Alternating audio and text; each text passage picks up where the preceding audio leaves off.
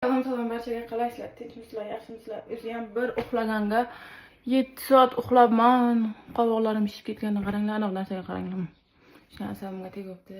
Bu narsani lekin o'zim qildim, chunki men doimiy parhezga tutaman. Buni o'zim qildim. O'zim chiska qilaman, o'shandan bo'lib qoldi. Qo'limizni yemaylik. Rosta charchaman. Odam ko'p uxlasa ham boshi og'riydi, bilasizlarmi?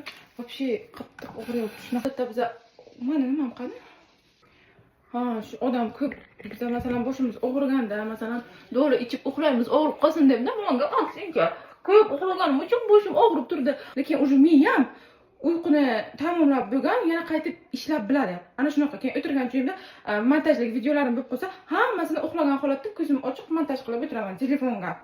Короче, yamoqligam, yaxshiligam o'zingnikilardan boshlanadi deganlar rost ekanda, kecha hech e'tibor qilmasdim. Pashta 4-5 oydan beri umuman e'tibor qilmasdim. Menga negativ yozganlarga boshqa berib ozgina 5 vaqtim bor edi. O'sha uchun menga kommentariy yozganlarni o'qib chiqdim.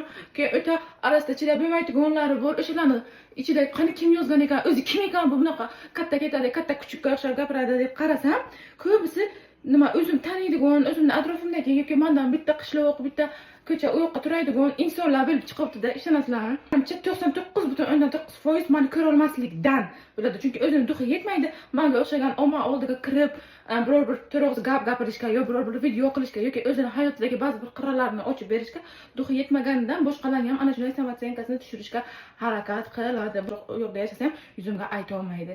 Eng men kayf qiladigan joyim ana shu. Uyqudan tursam, nanam naqa qilayotgan ekanlar, mantuga taraddud qilayotgan ekanlar. Hozir sizlarga bunaqa valaq videoyimni olib bo'lganimdan